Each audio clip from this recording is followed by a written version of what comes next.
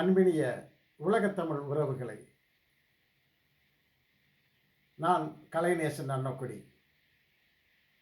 அனைத்தும் அறிவோம் யூடியூப் சேனலுக்காக இனிய உறவுகளை, கடந்த சில காணொளிகளில் நாம் சமயங்கள் பற்றியும் குலதெய்வம் பற்றியும் கருத்துக்களை பகிர்ந்து கொண்டு வந்தோம். இன்றைய தினம் சர்க்கரை நோய் என்றால் என்ன? இந்த உலகத்தில் ஏறக்குறைய 85 கோடி பேர் சர்க்கரை நோயினால் மிகவும் பாதிக்கப்பட்டிருக்கின்றனர். சர்க்கரை நோயினால் பாதிக்கப்பட்டிருக்கின்றனர். சர்க்கரை நோய் இன்னைக்கு நேற்று வந்ததா? இல்லை இல்லை இல்லை. சர்க்கரை நோய் கிமு 6ஆம் நூற்றாண்டிலேயே கண்டறியப்பட்டு விட்டதாக வரலாற்று குறிப்புகள் இருக்கின்றன. அக்காலகட்டங்களில் மருத்துவர்களாக இருந்த சரகர் மற்றும் சுஸ்ருதர் இருவருமே தங்களது மருத்துவ குறிப்புகளில் சர்க்கரை நோய் பற்றி தெரிவித்திருக்கின்றனர். சர்க்கரை நோய்க்கு என்ன பெயர் என்றால், அப்போதைய பெயர் பிரமேகம். பிரமேகம். இன்னொரு பெயர் என்னன்னா மதுமேகா. மதுமேகா. மது என்றால் தேன், மேகம். அவர்கள் இந்த மதுமேக நோயினால் பாதிக்கப்பட்டவர்களுடைய சிறுநீரானது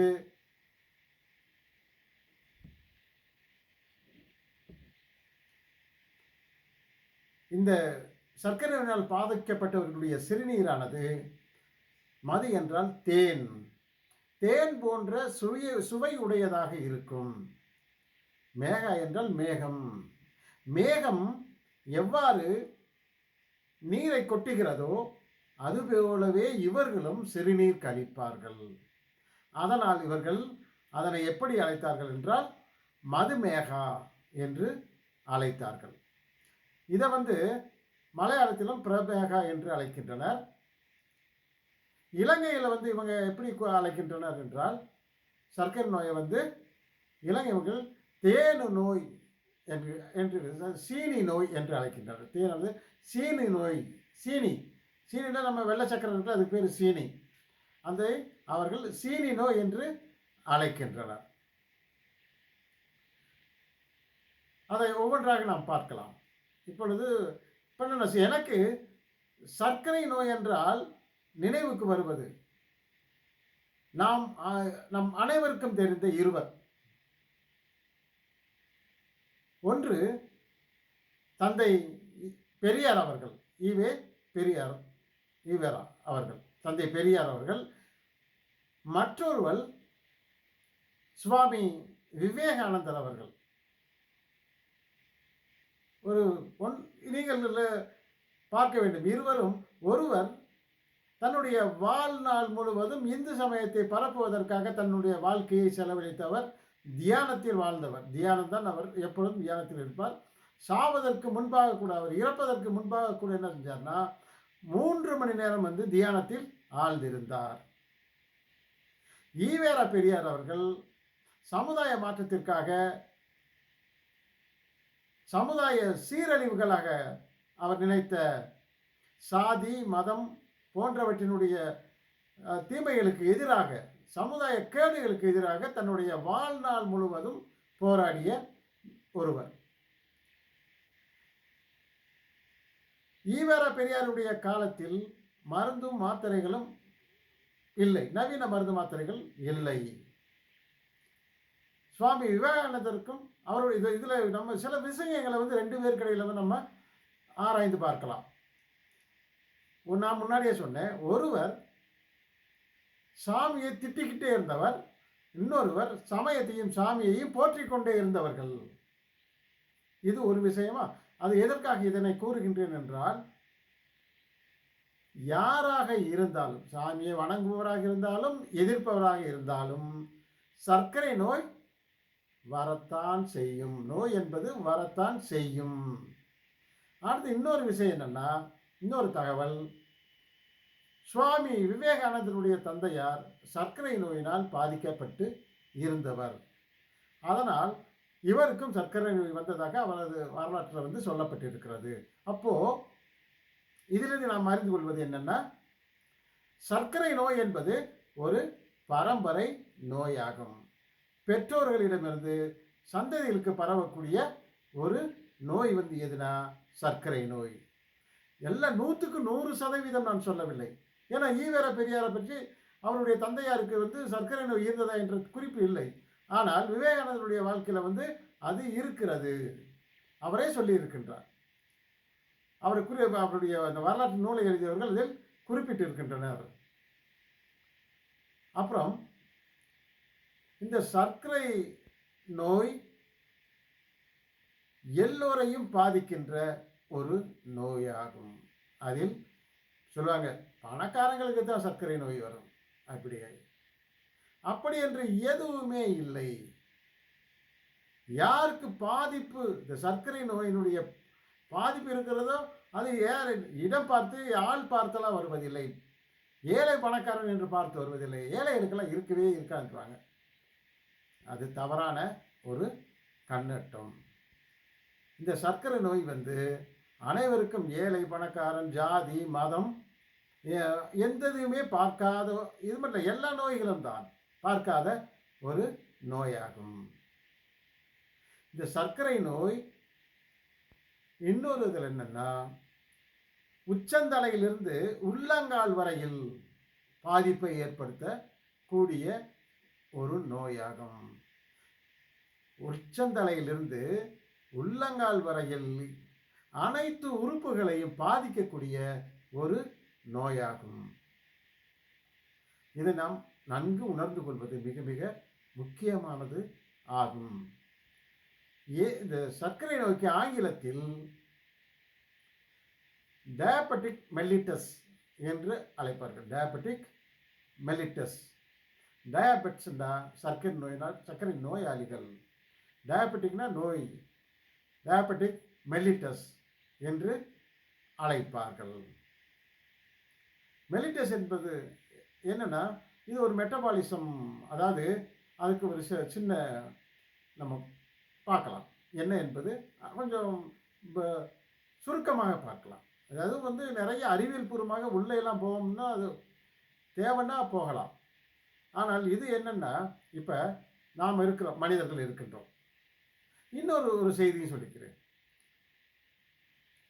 இப்போ சர்க்கரை நோய் மனிதர்களுக்கு மட்டும்தான் வருமா? அப்படி என்றால் இல்லை, விலங்குகளுக்கும் வரும். விலங்குகளும் சர்க்கரை நோயினால் பாதிக்கப்படுகின்றன. நான் ஒரு புத்தகத்தில் படிச்சிருக்கேன்.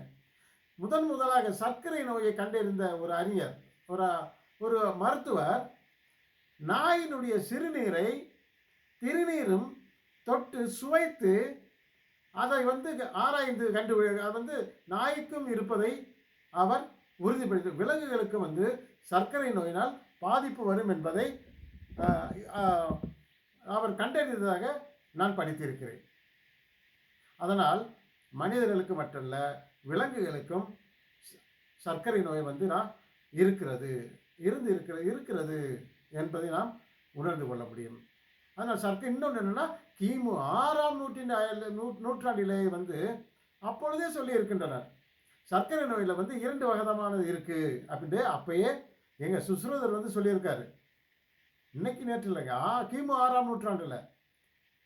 அப்படின்னா பாருங்கள், ஏறக்குறைய 2600 வருஷத்துக்கு முன்னாடி சர்க்கரை நோயை பற்றி கண்டறிந்திருக்கின்றனர். அப்பயே இரண்டா அவர் பிரித்து சொல்கிறாரு. ஒன்று பெற்றோரிடமிருந்து குழந்தைக்கு பரவும். மற்றொன்று அதை என்ன சொல்கிறேன்னா, இதில் அதனுடைய வகைகள் நம்ம சொல்கிற போதில் விளக்கமாக நான் சொல்லுகின்றேன். இப்பொழுது அதெல்லாம் என்னென்ன, இதுக்காக பல ஆண்டுகளாக 12 காலமாக 2600 ஆண்டுகளுக்கு முன்பிருந்தே இந்த சர்க்கரை நோயினுள்ள பாதிப்பு மக்களிடத்தில் இருந்து கொண்டிருக்கிறது என்று சொன்னேன். இந்த உலகம் முழுவதும் தற்பொழுதைய நிலையில் சுமார் 85 கோடி பேர் சர்க்கரை நோயினால் பாதிக்கப்பட்டு இருக்கின்றனர். சர்க்கரை நோயினால் வந்து உலகத்தில் வந்து எப்படி கியூபா வந்து சர்க்கரை கிண்ணம் என்று போற்றப்படுகிறதோ அதுபோலவே இந்தியா 2040 2040 உலக சர்க்கரை நோயாளிகளினுடைய தேசம் என்று அழைக்கப்பட போகிறது என்கின்றனர். இந்த உலகமானது, அதாவது இந்தியாவானது இந்த உலகத்தில் வந்து அதிகமான அளவு சர்க்கரை நோயாளிகளை கொண்ட ஒரு நாடாக மாறிவிடும் என்று இப்பொழுது ஆராய்ச்சியாளர்கள் ஆராய்ந்து சொல்லுகின்றனர். அதனால்தான் இந்த நோயை பற்றி நாம் முழுமையாக அறிந்து கொண்டு விழிப்புணர்வோடு இருப்பது மிக மிக நல்லது. என்னுடைய நோக்கமே இந்த நோய் குறித்த உண்மையான தகவல்களை மக்களுக்கு சொல்ல வேண்டும் என்பதுதான்.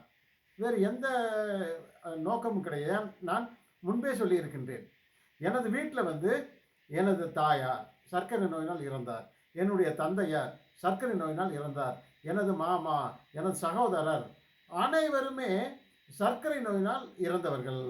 இப்பொழுது அனைவருமே நாங்கள் சர்க்கரை நோயினால் வந்து பாதிக்கப்பட்டிருக்கிறோம், சர்க்கரை நோயாளர்களாக இருக்கிறோம். ஆனால் முறையான சிகிச்சையும் நாம் உணவு பழக்க வழக்கத்தையும் நாம் சரியாக வைத்திருந்தால் இந்த நோயிலிருந்து நீண்ட நாட்கள் வாழ முடியும் என்பதற்கு உதாரணம் தந்தை ஈவேரா பெரியார் அவர்கள். அவர் தன்னுடைய 94வது வயதில்தான் இறந்தார். தெரியும் உங்களுக்கு. அவருக்கு வந்து சர்க்கரை நோய் அப்போ வந்து என்னென்னா இப்போ இருக்கக்கூடிய அதிநவீன மருந்து மாத்திரைகள் கிடையாது. ஏன்னா அவர் தெரியும், மிகப்பெரிய கோடீஸ்வரர், பெரிய பணக்கார குடும்பத்திலிருந்து வந்தவர். அவர் நினைத்தால் எந்த நாட்டில் இருந்தாலும் வாங்கி நன்றாக அதை பயன்படுத்தி நலமோடு இருந்திருக்க முடியும். அப்போது இல்லாதனால என்னென்னா இவருக்கு இதில் வந்து அவருடைய கிட்னியினுடைய பாதிக்கப்பட்டு விட்டது. இதனால் என்ன செஞ்சார்னா அவருடைய சிறுநீருக்கு வந்து ஒரு டியூப் ஒன்று போட்டுட்டு ஒரு பக்கெட்டில் வந்து சிறுநீரை பிடிச்சிக்கிட்டு உலகத்திலேயே அதிக தூரமும் உலகத்திலேயே அதிக நேரமும் பேசி மக்களுக்கு சமுதாய விழிப்புணர்வை ஏற்படுத்திய மிகப்பெரியவர் யார்னா தந்தை ஈவேரா பெரியார் அவர்கள். அவர்தான் இப்பொழுது நமக்கு ஒரு உதவியாக அவர்தான் வந்து ஒரு உதாரணமாக இருக்கின்றார். இவர் என்ன செய்வாராம், சாப்பிடுகின்ற போதே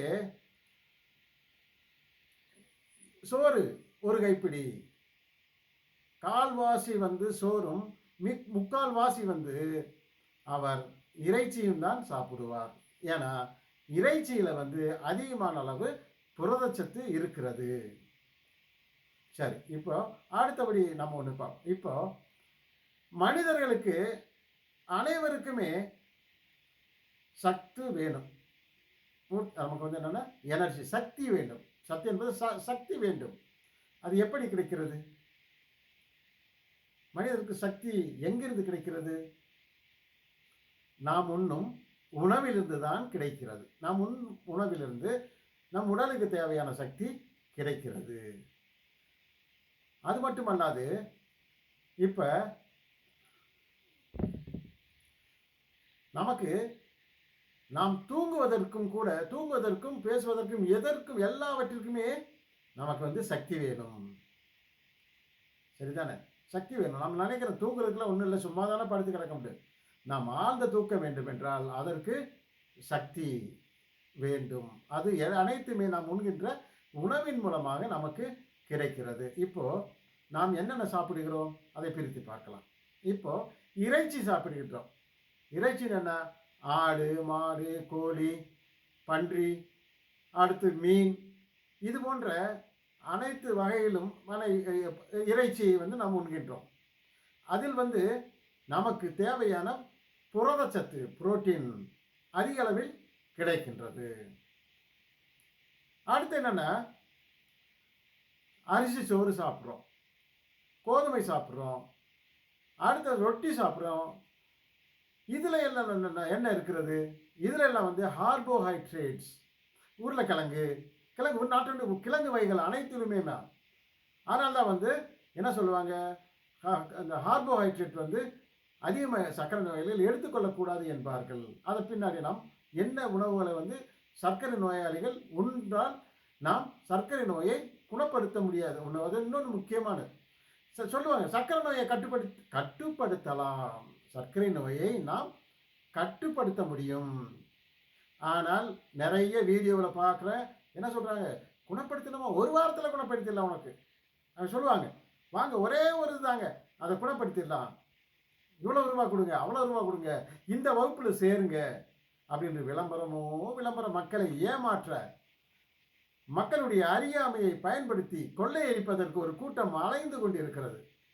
மக்கள் அதிலிருந்து தப்பிக்க வேண்டும் என்பதற்காகவே நான், ஏன்னா நீங்கள் ஒன்று உணர்ந்து கொள்ள வேண்டும், சர்க்கரை நோய் என்பது ஒரு நோய் மட்டுமல்ல, ஒரு வாழ்வாதார இழப்பு, பொருளாதார இழப்பு. சர்க்கரை நோயாளிகள் அதிகமாக உழைக்க முடியாது, உடனே வந்து டயர்ட் ஆயிடுவாங்க. அடுத்து என்னன்னா, சர்க்கரை நோய் வந்து மருந்து மாத்திரைகள் முறையாக எடுத்துக்கொள்ளலன்னா ஆம்புடேஷன், அதாவது கை கால் இழப்பு, காலை வந்து இழக்கக்கூடிய, வெட்டி எடுத்துருவாங்க, இழக்கக்கூடிய சூழல். ஏன்னா ரத்த ஓட்டம் அதற்கு வந்து முறையாக இல்லாத போது மரத்து போகும், நம்னஸ் அப்படின்னு சொல்லக்கூடிய அது மரத்து போகும். அந்த மரத்து போகின்ற போது நாளடைவில் ரத்த ஓட்டம் தடைபட்டு அந்த இடம் செயல்படாமல் போகும். செயல்படாது அந்த இடத்தை வந்து என்ன செய்வாங்க, நோய் எதுவும் பார்த்துன்னா அது வந்து ரொம்ப அதிகமான பாதிப்புகளை ஏற்படுத்தும் என்பதற்காக அதனை வெட்டி எடுத்துக்கூடிய சூழலும் உருவாகிவிடும். அதனால் நாம் மற்ற நோய்களைப் போல இந்த நோயை நாம் என்ன செய்யக்கூடாது, நீரிழிவு நோய் என்கின்றனர், நீரிழிவு நோயை வந்து சாதாரணமாக எடுத்துக்கொள்ளக்கூடாது. அதற்காக வந்தவுடன் பயந்து சாக வேண்டிய அவசியமே இல்லை. நானே சொல்கிறேன், நான் 28 வருடங்கள் ஆச்சு எனக்கு, நான் இன்னும் ஆரோக்கியமாக இருக்கின்றேன். அதற்கு காரணம் நான் மருந்து மாத்திரைகளை வந்து முறையாக எடுத்துக்கொள்வேன். சாப்பாட்டில் வந்து இதைத்தான் சாப்பிடணும்னு சொல்லி ஒரு கணக்கு வச்சுருக்கோம். பழங்கள்னா சர்க்கரை நோயாளிகளுக்கு எந்த பழம் நல்லது ஒரு தெரிஞ்சு வச்சுருக்கோம், சாப்பிட்டு பார்த்துருக்கோம். எதை சாப்பிட்டா கூடும் சர்க்கரை, எதை சாப்பிட்டோம்னா ஒரு கண்ட்ரோல்லே இருக்கும், இது மாதிரி வந்து பல ஒரு ஆய்வு போலவே மேற்கொண்டு நாங்கள் வந்து இருந்தாலும் திடீர்னு டென்ஷன் ஆகிட்டா கூடிக்கிறோம், இல்லை வேறு ஏதோ துயர சம்பவங்கள் வந்தீங்கன்னா கூடிவிடும், தூக்கம் இல்லாமல் போச்சுன்னா கூடிடும். இப்படி எந்த சில காரணங்கள்லாம் சொல்லவே முடியாது எந்த காரணத்துக்கு கூடுது. அதனால நம்ம தொடர்ச்சியாக வந்து உடலினுடைய சர்க்கரையினுடைய அளவை அளந்து கொண்டே வர வேண்டும். அதற்கடுத்தபடி என்னன்னா, அதான் என்ன சொன்னேன், உடம்புல வந்து நமக்கு தூங்குவதற்கு சக்தி வேணும். அதற்கு என்ன செய்கிறோம், இறைச்சி வந்து புரத சத்து நிறைந்ததாக இருக்குது, அதை உண்ணுகின்றோம். கார்போஹைட்ரேட்டுக்கு வந்து என்ன செய்யறோம்னா, அரிசி சோறு, கிழங்கு வகைகள், இவை எல்லாமே கிழங்கு, மற்ற ரொட்டி, இதெல்லாம் வந்து அதிக அளவு கார்போஹைட்ரேட் வந்து உள்ள உணவுப் பொருட்கள். அதற்காக அதை நாம் உண்ணுகின்றோம். சரி, அது தாதுப்புக்கள்னா விட்டமின் ஏ, பி, அதே மாதிரி மெக்னீசியம் போன்ற சத்துக்கள் இருக்கு இல்லையா, இதெல்லாம் வந்து நமக்கு கீரை வகைகளிலிருந்து கிடைக்கிறது. கீரை அதிலிருந்து கிடைக்கிது. தானியங்கள், சிறுதானியங்கள், இதன் மூலம் அதிக அளவு நார்ச்சத்து உள்ள பொருட்கள் கிடைக்கின்றது. இப்படி நமக்கு தேவையான அதிக அளவு நீங்கள் சர்க்கரையை வந்து உட்கொண்டால் அது வந்து சர்க்கரை வருமா, அதெல்லாம் நிச்சயமாக அது மட்டும் வரவே வராது. நம்ம நிறைய சர்க்கரை சாப்பிட்றது அது வந்து என்ன மித்து, அது கடைசியில் நம்ம எதெல்லாம் நம்ம எப்படிப்பட்ட தவறான தகவல்கள் நம்மிடையே நிலவுகிறது இந்த சர்க்கரை நோய் பற்றி. சினிமா படத்தில் மாதிரி எல்லா மாட்டுக்கு கற்பனையில் வர்றதெல்லாம் சொல்லிவிட்டு போவாங்க. இல்லை, அந்த அளவுக்கு நாம் பயப்பட வேண்டிய அவசியம் இல்லை. இன்னொன்று என்னென்னா, சர்க்கரை நோய் என்பது ஒரு நோயா அப்படி என்றால், சர்க்கரை ஆரம்பத்தில் வந்து ஒரு நோயாக இல்லை, ஆரம்பத்தில் அது நோய் இல்லை. பின்பு எப்போ நோயாக மாறுகிறது என்றால், அதனை கவனிக்காமல் முறையான மருந்து மாத்திரைகளை எடுத்துக்கொள்ளாத போது அது நோய்களினுடைய பிறப்பிடமாக இருந்து விடுகிறது. அது நோய்களுடைய பிறப்பிடமாக இருந்து விடுகிறது. ஆனால் ஆரம்பத்தில் சர்க்கரை வந்து ஒரு நோய் அல்ல. இப்போ பார்க்குறோம், ஒரு கை வந்து ஒருத்தருக்கு வரல, அடுத்த ஒருத்தருக்கு ஒரு கால் வரல, கண்ணு ஒன்று தெரியலை, காது ஒன்று கேட்கலண்டா, இதை வந்து நம்ம என்ன சொல்கிறோம், எப்படி சொல்லுவோம், இது ஊனமாகத்தான் சொல்லுவோம். ஒரு ஊனம், கைகள் ஊனமுற்றவர், பிசிக்கலி சேலஞ்சு, இப்போ மாற்றுத்திறனாளி அப்படின்னு நம்ம அவர்களை அழைக்கின்றோம். அதுபோலவே இந்த சர்க்கரை நோய்க்கும் சர்க்கரை வந்து நோய் என்றதை விட காரணம் என்ன? இப்போ நாம் இப்போ சாப்பிட்றோம், உணவெல்லாம் நிறையா சாப்பிட்றோம். அது என்ன ஆகும்னா, இந்த வாய்க்குள்ளே இருக்கிற எச்சில் வந்து இருக்குது, நம்ம வாயில் எடுத்துக்கிட்டோம்னா எச்சில் இருக்குது. அடுத்து வந்து நம்ம குடலில் வந்து சில ஜீரண உறுப்பு ஜீரண நீர்கள் இருக்குது. இதில் மாதிரி இதெல்லாம் வாயில் வச்சு நம்ம உணவுப் பொருட்களை வந்து அரைக்கிற போதை வந்து என்னென்னா, அந்த உணவுப் பொருள் எல்லாமே குளுக்கோஸாக மாறிவிடும், சர்க்கரையாக மாறும். சர்க்கரையாக மாறி என்ன செய்யும், அப்படியே வயிற்றுக்குள்ளே போகும். வயிற்றுக்குள்ளே போய் அது வந்து ஜீரணிக்கப்படுது. ஆனால் ஒரு மனிதனுக்கு தேவையான சத்துக்களை வந்து அது என்னென்னா, தேவையான சத்துக்களை நாம் உண்கின்ற உணவிலிருந்து இந்த உணர்வானது உறிஞ்சிக்கொள்ளும், எடுத்துக்கொள்ளும். ஆனால் நமக்கு தேவையான சர்க்கரை இருக்கிறது அல்லவா, இந்த சர்க்கரை வந்து இந்த உடல் வந்து எடுத்துக்கொள்ளுகின்ற போது, அந்த உணவை வந்து சர்க்கரையை வந்து எடுத்துக்கொள்ளுகின்ற போது, அதற்கு ஏதேனும் தடங்கள் வருகின்ற போது, சர்க்கரை வந்து எடுத்துக்கொள்ளுகின்ற போது ஒரு ஏதேனும் தடங்கள் வருதுன்னா, அந்த உடல் உறுப்பு என்ன செய்யும்னா அப்படியே மாறிவிடும். சர்க்கரை வந்து என்ன செய்யும், முழுவதும் ரத்தத்தில் அப்படியே கலந்துரும். கண்ட்ரோல் பண்ணாமல் அது வந்து எனர்ஜியை சக்தியாக மாற்றணும். சக்தியாக மாற்றாமல், அதாவது இப்போ நாம் எடுத்துக்கொள்கின்ற பொருள் எல்லாமே செல், நம்மளுடைய உடலில் இருக்கக்கூடிய திசுக்களுக்கு செல்ல வேண்டும். செல்லு அப்படின்ற திசுக்களுக்கு செல்லணும். செல் ஒவ்வொரு உடல் இருக்கக்கூடிய அனைத்து செல்களுக்கும் செல்ல வேண்டும். அப்போ தான் வந்து கிடைக்கும், நமக்கு சக்தி கிடைக்கும். அது எப்படி கிடைக்கும்னா, ரத்தத்தில் வந்து இருக்கக்கூடிய இரத்த அணுக்கள் இருக்கு இல்லையா, அது வந்து என்ன செய்யும்னா, இதை வந்து ஆக்சிஜனாக மாற்றி அது என்ன செய்யும்னா, நம்முடைய உடலின் அனைத்து பாகங்கள், அதாவது உச்சந்தலையிலிருந்து இங்கிருந்து கால் நகம், வளர்கின்ற கால் நகம் வரைக்கும் அந்த சத்துக்களை வந்து எடுத்து கொண்டு போய் சேர்க்கும்.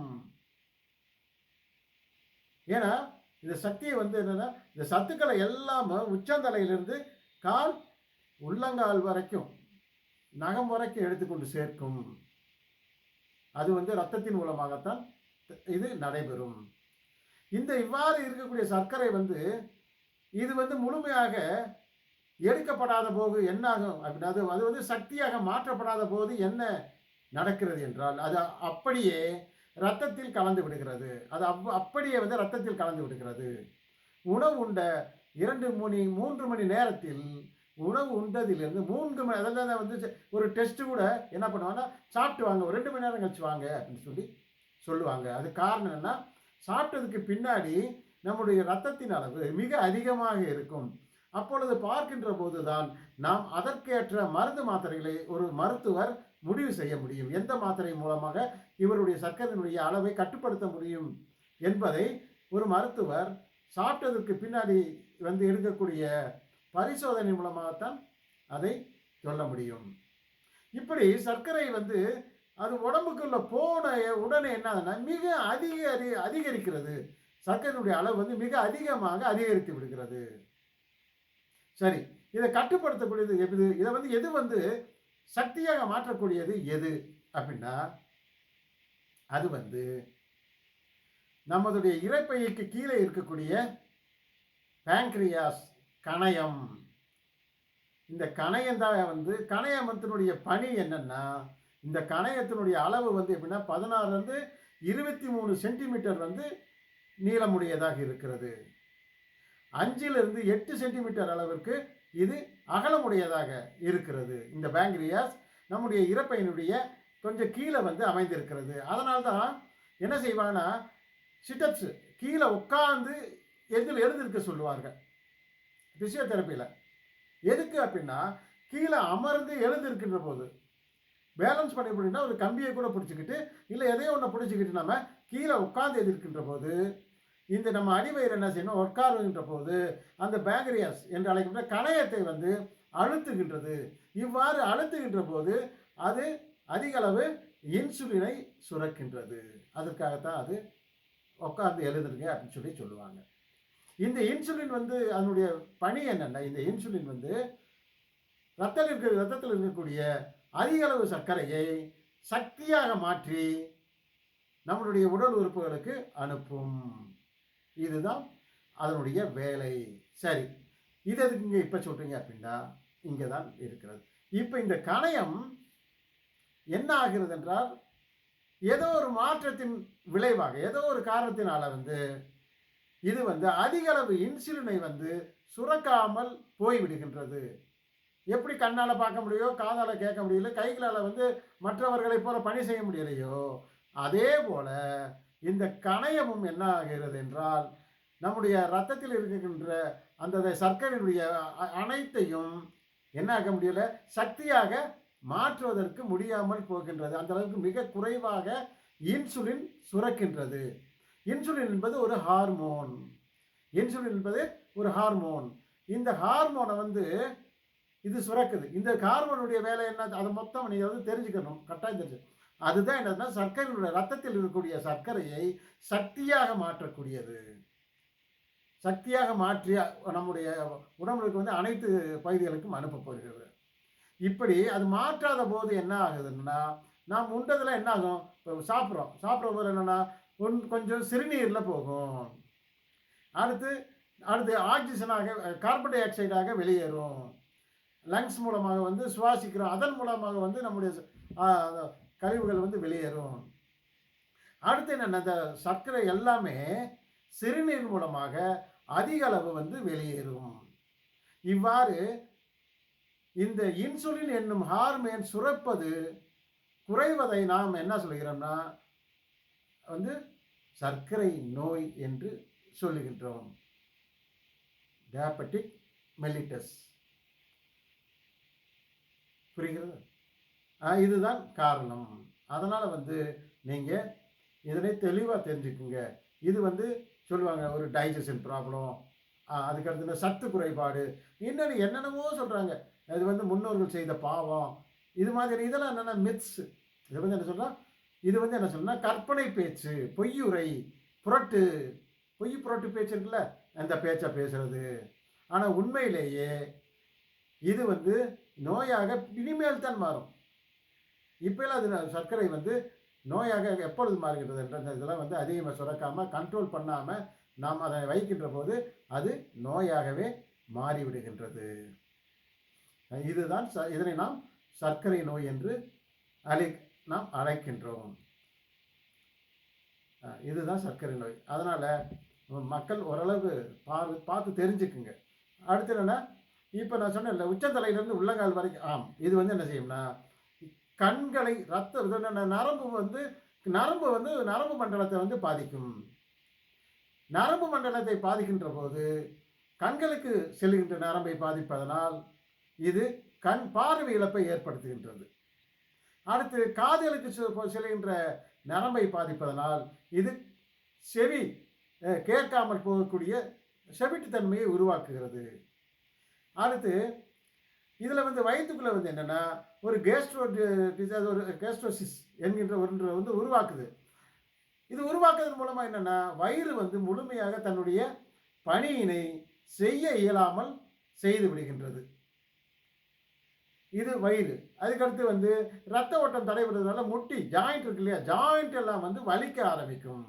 பயங்கர வலியாக மாறிவிடும், பயங்கரமாக வலிக்கும். அடுத்து கால்களுக்கு ரத்த ஓட்டம் முறையாக இல்லைன்னா என்ன ஆகும்னா அது மரத்து போகும்.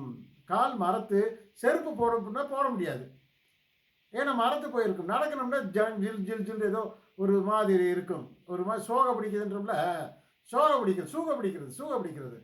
இந்த சூக பிடிக்கிறது எதுனா நீங்கள் ரத்த ஓட்டம் தடைபடுறதுனால ஏற்படக்கூடிய ஒரு நோயினுடைய அறிகுறி தான் அது உள்ளங்கால் கால்களுக்கு ஏற்படுகின்ற அது பாதிப்பு. இப்படி உச்சந்தலையிலிருந்து உள்ளங்கால் வரைக்கும். அதனால தான் என்ன சொல்லுவாங்கன்னா, சர்க்கரை நோயாளிகள் பாதத்தை மிகவும் பத்திரமாக பார்த்து கொள்ள வேண்டும் என்பார்கள். ஏன்னா பாதம் அப்படியே பாதிக்கப்படுகின்ற போது அவர்கள் கால்களை இழக்கின்ற சூழ்நிலை விடலாம். இது ஒரு விழிப்புணர்வை தெரிஞ்சுக்கிறீங்க. இது பயமுறுத்துவதற்காக நான் சொல்லவில்லை. நீங்கள் முறையாக மருத்துவ உதவி எடுத்துக்கலாம், மருத்துவத்தை பின்பற்றவில்லை என்றால் இது போன்ற நிறைய பிரச்சனைகளை நீங்கள் சந்திக்க நேரிடும் உடலால். அதற்காகத்தான் சொல்லுகின்றேன். ஓகேவா நண்பர்களே? நாளை நாம் இதனுடைய தொடர்ச்சியாக நாளைக்கு காணலாம். நன்றி. அனைவருக்கும் வணக்கம்.